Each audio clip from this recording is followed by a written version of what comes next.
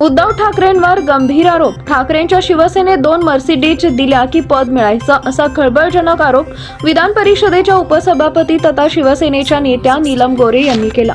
त्यांच्या या विधानामुळे राजकीय वर्तुळात चर्चा चांगलीच रंगली आहे। 98वे अखिल भारतीय मराठी साहित्य संमेलन सध्या दिल्लीत सुरू आहे। मराठी साहित्य संमेलनात असे घडलो आम्ही या कार्यक्रमात गोऱ्हे यांनी मोठा गौप्यस्फोट केलाय।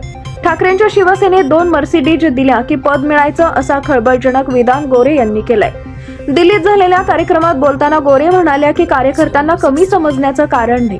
शिवसेनेच्या प्रत्येक कार्यक्रमासाठी ठाण्यातून माणसं आणली जायची, गल्लागोळा करण्याचं काम शिंदेंना दिलं होतं। ठाकरेंच्या शिवसेनेत 2 मर्सिडीज दिल्या की पद मिळायचा, असा सनसनाटी आरोप गोऱ्हे यांनी केला।